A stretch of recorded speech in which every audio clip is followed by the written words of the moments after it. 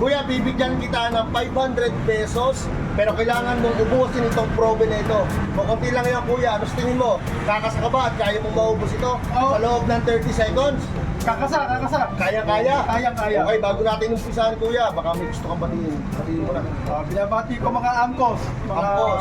driver ng angkos. Yun. Okay, so bukod doon, yung pamilya mo, para sa kanila to o para sa tropa? Para sa lahat. Para sa lahat. Okay, so kuya, hawakan mo na to at i-ready ko lang yung timer natin umpisahan na. Let's go. Bago tayo magpatuloy sa video ito mga katropa, kung bago lang kayo dito sa aking page, baka naman. Okay, so mga katropa, kita nyo naman si kuya dito ay talagang handang-handa na at hawak na niya yung proben. Ipakita mo yung proben, kuya. So yan yung proben mga katropa, kakaunti lang naman niya, siguro mga 6 or 7 piraso lang yan na maliliit ang gayat. Okay, so kuya, ready ka na talaga? Ready na. Okay, dahil ready na si kuya, ito na.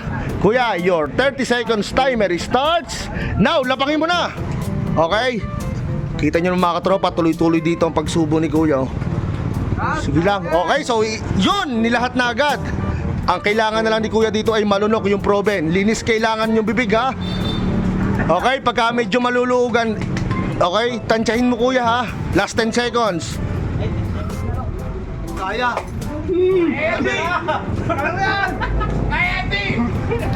Hindi kaya, wag pilitin, ha. Time is up, nga.